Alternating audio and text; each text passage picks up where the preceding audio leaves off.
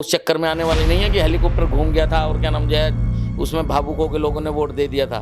जनता को काम चाहिए कि जो कर्मचारी हैं वो ले रहे नहीं ले रहे, लेकिन उनके कर्मचारी ठेकेदारों से कमीशन ले रहे हैं और इस बात को सिद्ध करके दिखाऊंगा। आप छोटे छोटे टुकड़े बना के बोल दे मैंने 150 सड़कें बना दी, मैंने 70 सड़कें बना दी, इतनी सड़कें तो क्या नाम जो है वार्ड मेंबर बना देता है। ताल भी ठोक चुके हैं, सांसद की भी ताल ठोक चुके हैं उमेश जी। कोई बात नहीं है, हमें कोई दिक्कत थोड़ी ना है, लोकतंत्र है, चुनाव लड़ने का सबका अधिकार है। लेकिन किस मुद्दे पे? झूठ पे मैंने ये कर दिया, मैंने वो कर दिया। आप मुझे बताइए तो आज 2 किलोमीटर की एक सड़क दिखा दीजिए विधानसभा में मुझे। मैंने बताया ना कितने मीटर की, जवाब दीजिए ना कितने मीटर की मैं दिखा के उसके लिए। अरे ऐसे तो मैंने 400-500 करोड़ रुपए के काम दे रखे लग जो मैंने ये कर दिया। मैंने ग्राउंड पे बताइए ना कि आप ग्राउंड पे क्या है, आप बता दीजिए। आप भी सारे क्षेत्र में घूमते हैं संदीप भाई, आज मुझे बता दीजिए ना इस विषय में। नमस्कार दोस्तों, आप देख रहे हैं राय न्यूज़ में, आपके साथ संदीप पोईवाल। दोस्तों, जैसे कि आपको पता है कि हम समय समय पे आपकी मुलाकात करवाते रहते हैं। आज फिर हम आपकी मुलाकात करवाने जा रहे हैं राजनीति चर्चा को लेके रवि राणा जी से, जो कि पहले भी आपसे मिल चुके हैं राही न्यूज़ पर, और आज फिर उनसे राजनीति के कुछ मुद्दों पे बात करेंगे और जानना चाहेंगे उनसे ही कि किस तरीके से क्षेत्र का विकास इनके द्वारा चल रहा है। मंडल अध्यक्ष भी बने हैं, मंडल अध्यक्ष बनने के बाद किस तरीके से इनकी प्लानिंग चल रही है 2023 को लेके और 2024 को लेके। नमस्कार रवि राणा जी। धन्यवाद संदीप भाई। रवि राणा जी, सबसे पहले तो बात कर लेते हैं नगर पंचायत जो चेयरमैन चुनाव आ रहे हैं 2023 में चुनाव है, तो किस तरीके से आपकी तैयारी चल रही है?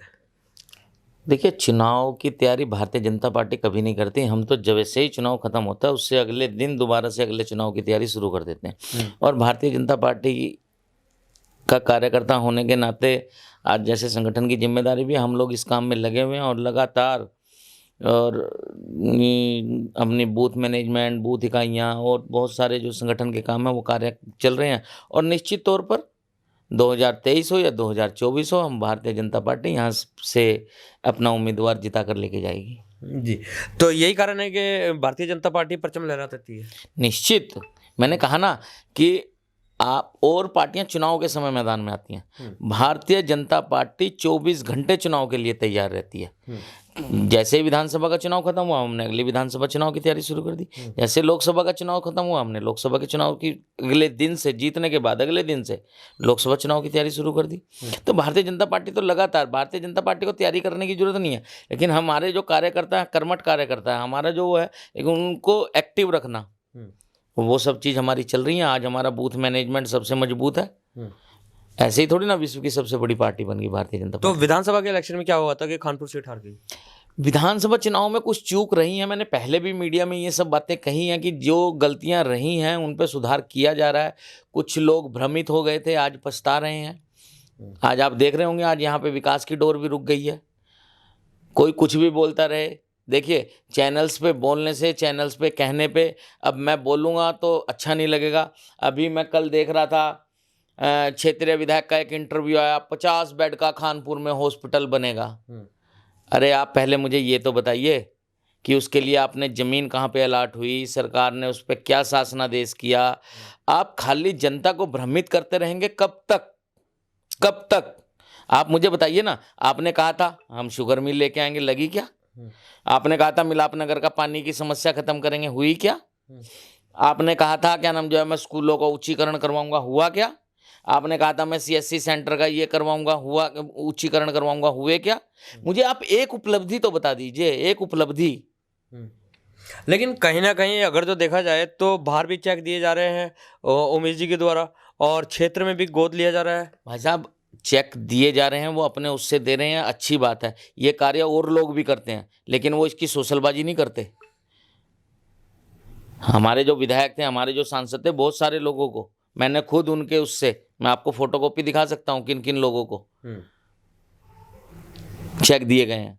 ये लगातार सरकार के द्वारा भी और आम जनमानस के द्वारा भी ये चलता है। लेकिन कारण क्या है कि वो मीडिया के आदमी हैं, छोटे से काम को इतना बड़ा अपने आप को पेश करते हैं। अच्छा, आपने कमियों की बात करी है, कमियों की तो कमियां कार्यकर्ताओं की थी या जो पूर्व में विधायक थे प्रणव सिंह, उनकी कमी थी? नहीं, देखिए कमियां जो थी अब इसको मैं मीडिया के सामने तो नहीं बोल सकता, लेकिन हाँ संगठन ने उन पे संज्ञान लिया है, चाहे जिसकी भी कमियां रही हैं, तो उन पे हमने आगे उस पर कार्रवाई चल रही है और निश्चित तौर पर अभी जो चुनाव होगा उसमें भारतीय जनता पार्टी यहाँ से भारी बहुमत से जीत के जाएगी। जैसे उमेश जी के द्वारा निरंतर क्षेत्र में बने रहे तो आने वाले विधानसभा के चुनाव में और ताल भी ठोक चुके हैं, सांसद की भी ताल ठोक चुके हैं उमेश जी। कोई बात नहीं है, हमें कोई दिक्कत थोड़ी ना है, लोकतंत्र है, चुनाव लड़ने का सबका अधिकार है। लेकिन किस मुद्दे पे? झूठ पे? मैंने ये कर दिया, मैंने वो कर दिया। आप मुझे बताइए तो आज 2 किलोमीटर की एक सड़क दिखा दीजिए विधानसभा में मुझे। आप छोटे छोटे टुकड़े बटा के बोल दे मैंने 150 सड़कें बना दी, मैंने 70 सड़कें बना दी। इतनी सड़कें तो क्या नाम जो है वार्ड मेंबर बना देता है। लेकिन अभी पिछले बीते दिनों भी उन्होंने सड़क का उद्घाटन किया। अरे मैंने बताया ना कितने मीटर की, जवाब दीजिए ना कितने मीटर की। ये तो आम काम है। आप एक बड़ी उपलब्धि बताइए ना मुझे, पेपर में दिखा के उसके लिए। अरे ऐसे तो मैंने 400-500 करोड़ रुपए के काम दे रखे हैं। अगर मैं उनके लेटर दिखाने लग जाऊं मैंने ये कर दिया, मैंने ग्राउंड पे बताइए ना कि आप ग्राउंड पे क्या है। आप बता दीजिए, आप भी सारे क्षेत्र में घूमते हैं संदीप भाई, आज मुझे बता दीजिए ना इस विषय में। अच्छा, जैसे अब जनता पागल बनने वाली नहीं है, अब वो उस चक्कर में आने वाली नहीं है कि हेलीकॉप्टर घूम गया था और क्या नाम जो है उसमें भावुक होकर लोगों ने वोट दे दिया था। जनता को काम चाहिए, विकास चाहिए। जो विकास का पहिया इन्होंने रोका है वो चाहिए।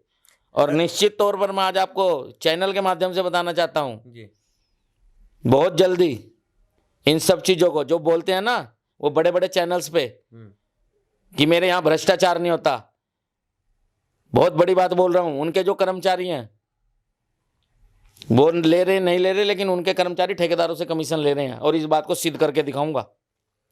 लेकिन हेलीकॉप्टर की अगर तो आपने बात करी तो हेलीकॉप्टर तो आपके ही यहाँ से उड़ा था। कहाँ से? आपके ही कॉलेज से उड़े हैं उनके हेलीकॉप्टर, तभी तो जीते हैं। मेरे यहाँ पे जो हेलीकॉप्टर का है, मेरे यहाँ पे तो कोई भी सरकारी वो है उसके या तो यहाँ पे उसमें उतरता है और या मेरे यहाँ पे उतरता है। अगर आपके पास किसी चीज़ की परमिशन आएगी तो आपको उसको देनी पड़ेगी सरकारी उसमें। तो हेलीकॉप्टर उतरना ना उतरना वो एक अलग विषय है, लेकिन मैंने भारतीय जनता पार्टी के लिए काम किया है, भारतीय जनता पार्टी के लिए करता हूँ, चुनाव में भी किया है, आगे भी करूँगा। अच्छा, आपने एक बात बोली है कि जो कर्मचारी है उनसे कमीशन, ये क्या मामला है पूरा? इसको बहुत जल्दी डिस्पोज करूंगा और खुलेआम करूंगा जी। अभी उमेश जी की ने भी पार्टी बना ली है।